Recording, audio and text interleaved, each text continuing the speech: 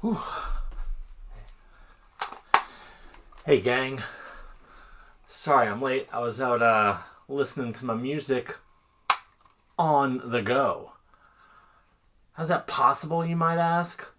Well, give me a minute to get situated and I'll tell you all about it. He got into vintage audio a year ago, but there's a lot of things he still doesn't know, so he started up a channel on YouTube, and here he is now, the Vintage Newbie.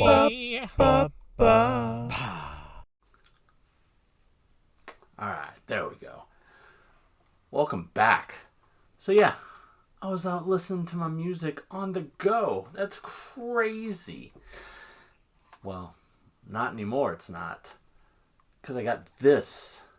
The Sony WM-FX101. Is that right?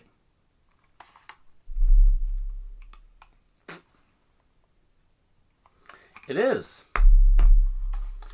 The Sony WM-FX101. Or as the kids like to call it, a Walkman. Which I think is a kind of outdated and sexist term. It should be a walk person. Yeah, plays tapes, plays radio, and we can go through the functions right now, okay? But I won't flip the camera, or maybe I will. Maybe I will. I guess I will. Let's see how it looks, shall we? Here's a closer look at this sleek little beauty. Made by Sony. Manufactured from 1995 to 1999. The Sony Walkman. Now, it is rather common to call just any personal cassette player, portable one, a Walkman. But some people get snippy about that, as I discovered in an online internet stereo group. I know, people being snarky on the internet, who could imagine that? But yeah, they're like, well, Sonys are just, it's only a Walkman if it's made by Sony. And I'm like, yeah, I know that, but I mean, if you cut yourself, you're not like, hey, can someone hand me an adhesive bandage or perhaps a facial tissue for me to blow my nose? No, you say, give me a Band-Aid. Hey, have a Kleenex? So Walkmans are Walkmans. Anywho, let's go through the functions, shall we? All right, up top. First off, you have the AVLS setting, which adjusts kind of the max volume you can have. Like, if you just can't control the volume yourself and have a tendency to blow your eardrums, then you can set this setting on 1 or 2, and it'll have the max volume set at a lower volume than if it was set on 1 or off completely. There's the headphone jack with the little headphones on it, so you can listen to your music. Yay! But fun fact, you can also just plug a double-ended aux cable into this end here and have the other end plug into your aux jack of a car stereo, if you got that, and then you can listen to cassettes in your vehicle if you don't have a tape deck in your vehicle. Moving right along, the tuning knob that adjusts the radio station dial so you can listen to the radio.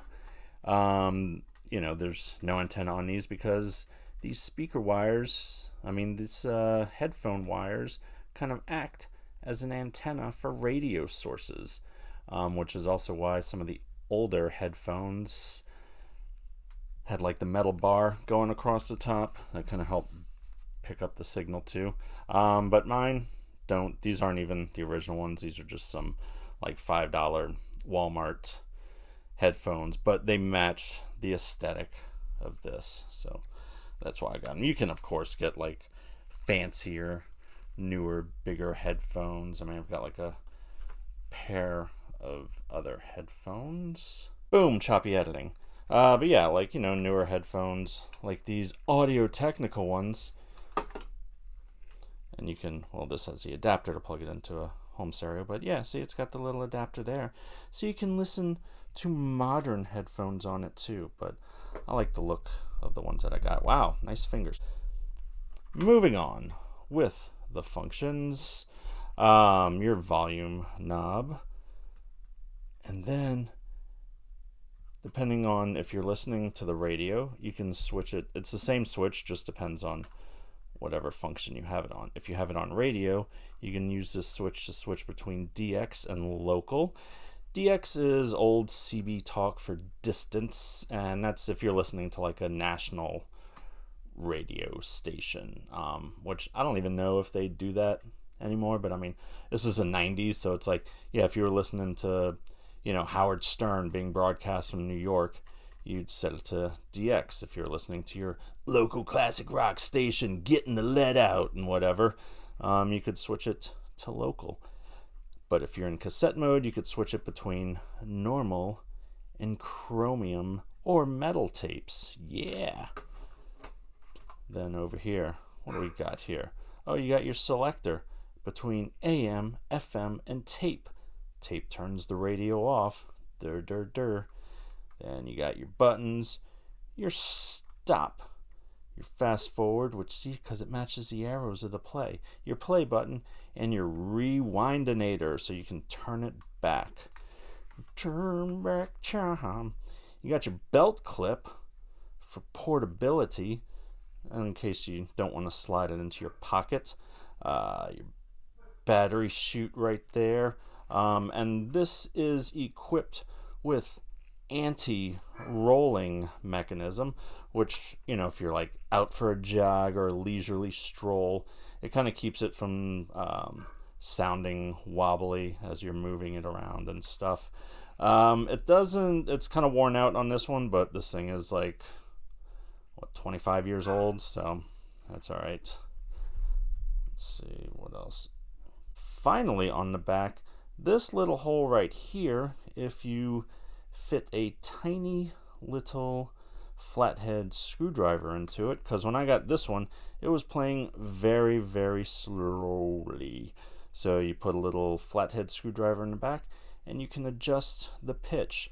You're supposed to do that with like a pitch control tape that, just has like a tone, and it's like, and whenever it hits the right frequency, then that's where you are. But for me, it's like I just put in a tape of some music that I've been listening to for like 30 years, so I know how it's roughly supposed to sound. And then you can also back it up by, playing a digital source of it or whatever, CD, phone, record, and just make sure it matches up to that too, which I also did just as a sort of backup. All right. Oh, and there's a little power switch there. I mean, not power switch, but a plug if you want to not use your batteries and have it plugged into a wall outlet.